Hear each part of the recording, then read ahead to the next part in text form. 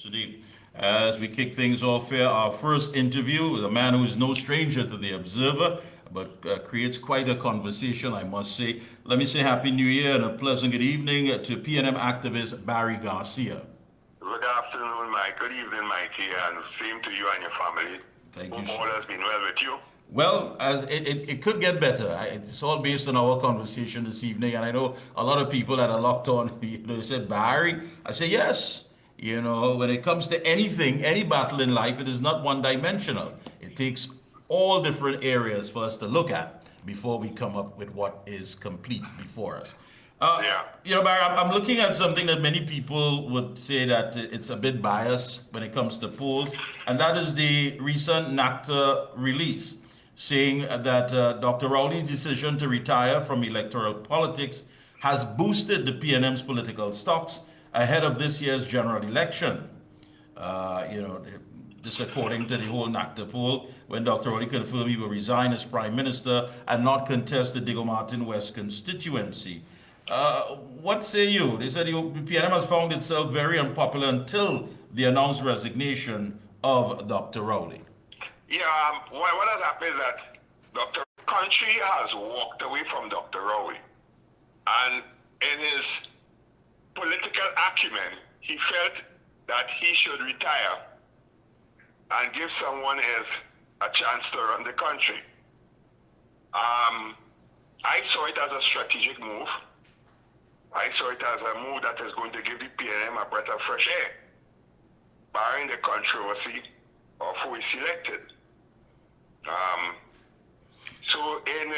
I believe the NACTA poll is gearing up to something towards that the PNM is getting a little breath of fresh air in governance, because as we all know, the PNM is 50% popular on the ground and 50% not popular on the ground. Going in with Dr. Rowley on that election, it would have created some uneasiness, because I believe in politics, Mikey, I believe no prime minister should serve more than 2 terms. You become a bit wary on the public's mind. Dr. Williams did it for 3 terms, and he became exhausted and died in office. I believe 2 terms is enough for a party to rejuvenate itself and to give the people a fair chance. Yeah, but based on what you're saying, well, basically you're confirming that, okay, Dr. Rowley is not popular. So said. But the fact of the matter, when you talk about a breath of fresh air, wouldn't it be something based on performance? Why isn't performance not being on the front line here, instead of the fact of the duration, how long, and all of these things that we're hearing? In the last almost 9.5 years, was there performance? Was there anything that we can point to say that the lives of the citizens have been elevated for the best, the communities, and by extension that of Trinidad and Tobago? I think that in itself should be the basis for anyone when it comes to saying, listen, I'm not throwing my hat, I'm not saying I'm leaving, but my performance itself, where does that lie now when we look at what's happening? Well, that is for the people to decide on what the performance was with the PNM government. I give them a 5 out of 10. I give them a 50-50 chance. They met some circumstances there that they had to try and gather themselves together. They met a falling economy. They had to try to rebuild it. Then came COVID, which devastated most countries in the world, and countries are still recovering from it. Almost all the Caribbean countries are before the IMF seeking refinancing for their countries. Barbados, Jamaica, Guyana, everything with all the money, all the oil and gas. Guyana has found itself in the hands of the IMF also. And we have been avoiding going to the IMF, which is a good thing, because the IMF really doesn't solve any problems in a country. The IMF evaluates but don't solve any problems. They tell you to let go public servants, devalue your dollar. They put your country under real financial strain. No development process financially. In terms of The government performance, I think the government could have done much more, right? Given the circumstances they met, I think that they should have put the best foot forward. In terms of the crime situation, I believe that that has fallen off the grid with the government, because now everybody asks a Minister of National Security, what is his crime plan? Let me explain something to your listeners. Good. A Minister of National Security cannot give you a crime plan. The police has to present the National Security Council with the crime plan. What the government do is provide them with the resources to get it operational. That is within the police commissioner who's supposed to come out with a crime plan. And she, in my opinion, has failed miserably. Miserably she has failed, in my opinion. And I'm sticking with that. There's nothing she could do to change my opinion about that. I understand, and I agree with you on that. I mean, I think the entire thing has fallen down. Okay, you would know better than most people how the operations of the PNM go about doing their business, the rank and file. But looking now at Stuart Young, I mean, you personally have been in the party longer than Mr. Young. Are we seeing a sort of anti-Manningite sort of behavior? I mean, because when you have people who are seasoned, I mean, you have Camille Robinson-Regis, you have, of course, the choice that many people seem to prefer, which is, of course, Penelope Beckles. And, why not go for someone who is seasoned and more experienced? I mean, what do you say to the people on the outside who are looking in and say, listen, Mr. Young was just chosen because of a special interest, and not that, of course, to serve the party and understand the role and how the party functions? I have come to accept it, Mr. Young, not by the fact that he is an experienced party member, no, not that. I think Mr. Young was chosen on his international relations, and the volume of work that he has been handed down to do. I keep hearing coming from the ground that he's part of the 1%, but I could ask a question: when a guy mother is from Wellington Road in DB, how he becomes a 1%? His mother is East Indian, his father is Chinese mix. Okay?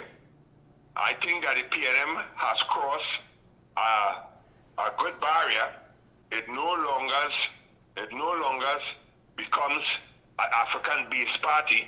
It has showed diversity, equity, and inclusion in the party. Many people are saying that we are preferred penny, but as everything is, when we fight, we quarrel in Balize House, and we come out with one solution, and all members of Parliament signed on to Stuart Young. In the first place where at the retreat, there was a division, 9-11. It came to Balize House, which I felt should have come to Balize House first. Right? And let the membership voted on it. They consult the membership, and the membership say, we're going with Stuart Young. The 21 members approved it. Yeah, but when you talk about the fact of international relations and what have you, let's not forget Ms. Beckles was, of course, a former UN ambassador. She was able to rub shoulders with some of the most internationally inclined people when it comes to business, when it comes to many of the global affairs. The fact of the matter is that what took place there seemed to have been a hijacking of the party. You being one who has always stood in the corner of Mr. Manning, that has to have some sort of personal effect on you, that to see so many people sidelined, and here comes someone who many people look at as a Johnny-come-lately, who is now going to take over the helm of the party. It has an effect on me. It created some discomfort in me. I was asked by many people, why not Ms. Beckles? And the school of thought is that Miss Pickles is too quiet, she's too docile. And I told him that is a misconception. Miss Pickles is a fighter. She's not a noisemaker, but she's a very astute politician. Very, very grounded. She has crossover appeal. A lot of people will follow her if she becomes the leader of the party. Alright? And I now say that the party has to work now to bring Stuart Young to the people, to make the people fall in love with him. Party has a lot of work to do. I made reference to it on Facebook. A lot of people commented and said that the horse is already bolted. Right? But I have faith in the party. I feel that the party will be able to overcome some of these circumstances. All right. So if we say that, let me ask. Let's say we look at September for the election bell to ring, the things to take place there. Is there enough time? I mean, and what new would he be able to offer? That's a question I've been asking myself, Mikey. Time is of the essence here. Is there enough time to make him become popular with the entire electorate? That is my problem. That is the question I'm asking myself. He has to walk all 41 constituencies and communicate to the people on the ground and show that love and respect to the people on the ground. That is what Mr. Manning did when he was in opposition. He walked all 36 constituencies and he listened to all various views and opinions and gathered himself and came back strong. Let me ask you, but why does Mr. Young have to do all of that? I mean, when you make a comparison to Mr. Manning and Mr. Young, Mr. Manning was elected, Mr. Young was selected. And if it is that he was given this on a silver platter, does he feel as though he's obligated to do anything but besides taking the helm of the party and hoping for the best for a general election? No, I don't think so. In my short communication with him, he wants to get out there. He wants to get out there and present himself to the people and make the people accept him and make him become acceptable to the people. That is his intention. He knows that he's not too well known all over Trinidad and Tobago to know him as a minister, but they don't really have a feel for him to become prime minister. And therefore, he wants to get out there and communicate to the people and get feedback with the people. I am asking myself if there is sufficient time to do that. That's one of the questions I ask myself. And by you asking that question as a member who understands the rank and file, there has to be something else saying to you, listen, who put us in this predicament?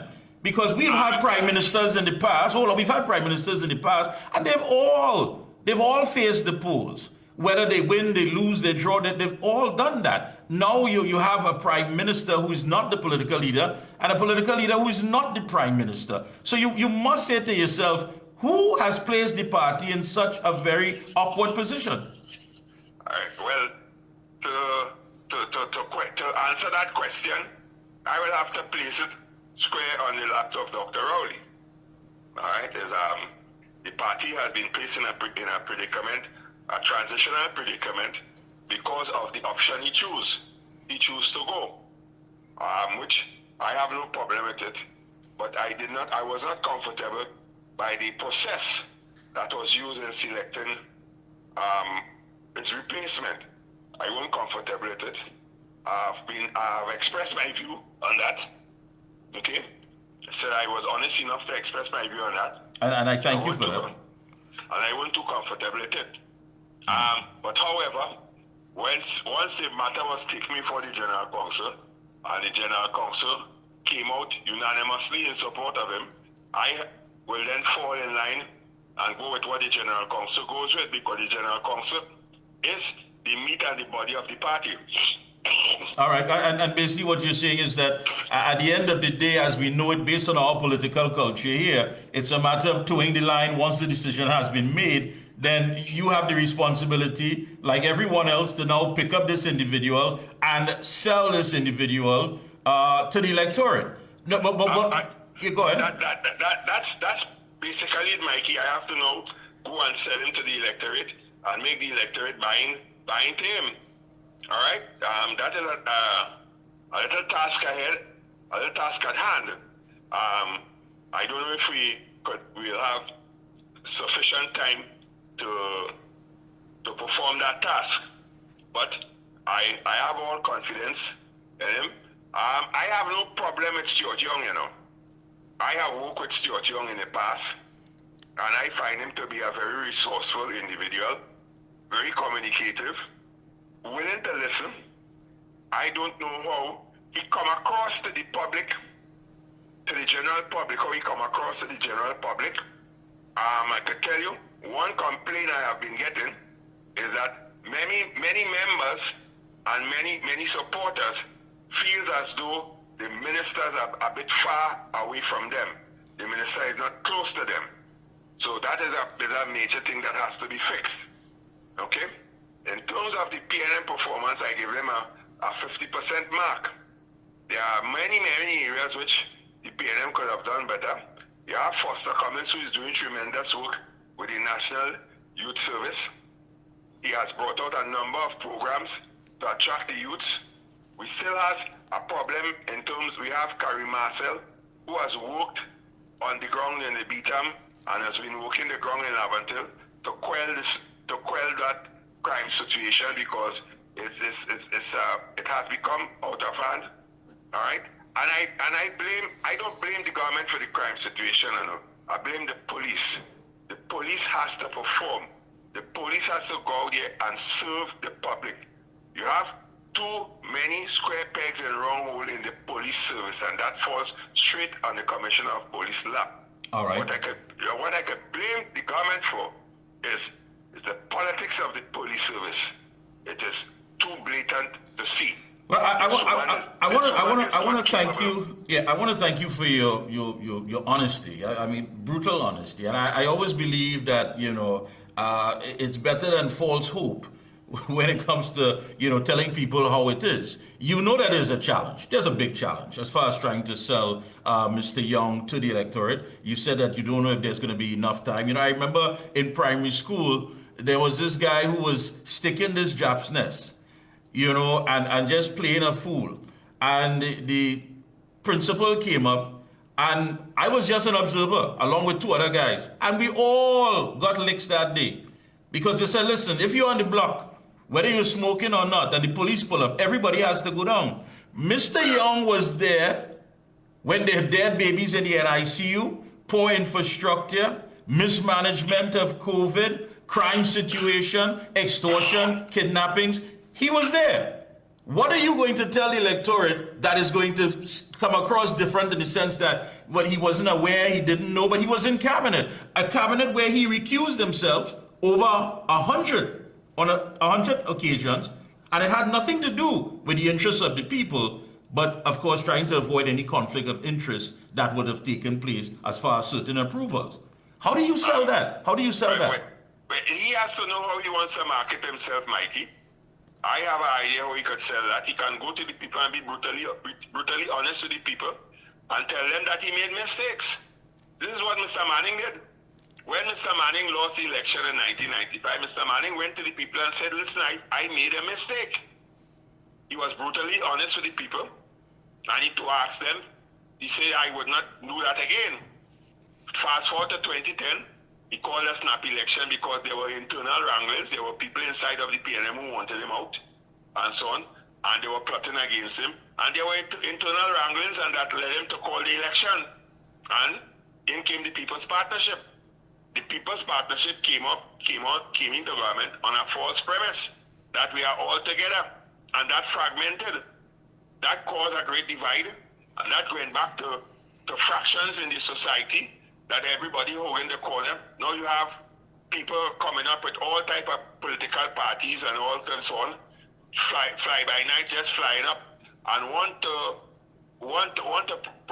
promote themselves as the best choice. We fell up at the mustard and ketchup, we fell up at the PNM and the UNC, and all of that thing. But it all boils down to two parties in the country, which is the People's National Movement which on Saturday will be celebrating 69 years of existence, the best political organization within the Caribbean, which celebrated 69 years, and also the United National Congress. All right, for the ruling party, there is some internal things that has to be fixed and has to be smoothed out. I hope that time will permit them to do that. And I hope that we get back in government so that they could correct some of the mistakes that they make. Okay? Because try as you may, Mikey, as a leader in this country, right, which is so diverse, which is so multi-religious and multiracial, you have to govern on an even keel to keep things balanced. And try as you may, you would not always get things right. You would make mistakes. Basti Pandey suffered the same fate. Patrick Manning suffered the same fate. Kamla Prasad suffered the same fate. Keith Rowley would have suffered the same fate too. They would make mistakes because you can only make a mistake when you are trying to do things. You can't make a mistake if you're doing nothing. Yeah. You can only make a mistake when you're trying to do things. I understand what you're saying. So in other words, the bottom line is there's a lot of work to be done. That's the bottom line. But the fact of the matter, again, when you make that reference to Mr. Manning apologizing, Mr. Manning was the political leader. He was apologizing, so of course to make his transition as into the seat as the prime minister. You have a man who is not the political leader, who is going to be the prime minister. What is he going to apologize for? Recusing himself a record number of times, being an observer to injustice. So you're right. You do have a hard sell, and I thank you for your brutal honesty. Any closing comments? Go ahead. With the closing comments, I find the opposition leader letter to Mr. Trump was totally out of place. Totally out of place, being critical of the Biden administration. That is not our job, to be critical of the opposition forces in America. America is a sovereign country. They are guided by the Constitution. And in their internal ramblings, we are not to get involved in this. Just like how we are not to get in Venezuela's internal ramblings. We are not to get in nobody's internal political ramblings. We sit here in this country and we have to fix our internal business. We have to concentrate on that. She wants to be the next prime minister. Concentrate on being the next prime minister and stop trying to be the chief diplomat in error. Stop trying to be the chief diplomat in error. You are not there. Okay? You got to concentrate on trying to find cracks in the government's armor, chunks in the government's armor, and deal with that. Don't go about being critical of Biden's administration in America. That is not your place. All right. You just said a few minutes ago you have a lot of work to do, and I'm sure that work that you have to do is not to focus on what it is that the opposition leader is doing, but to try to sell your candidate or the next person who is vying to be the prime minister to the people of Trinidad and Tobago. Yeah, yes, we have work to do. We have plenty of work to do, and we have to concentrate on the work and the task ahead. Thank you. We have to be mindful of that. All right. I know you won 100% this evening, but thank you so much for being with us here. I hope you get better. Well, try some honey and lemon, and try some of that, that Bali say heated juice, my friend. Okay, Mike. Have a good one. Thank you.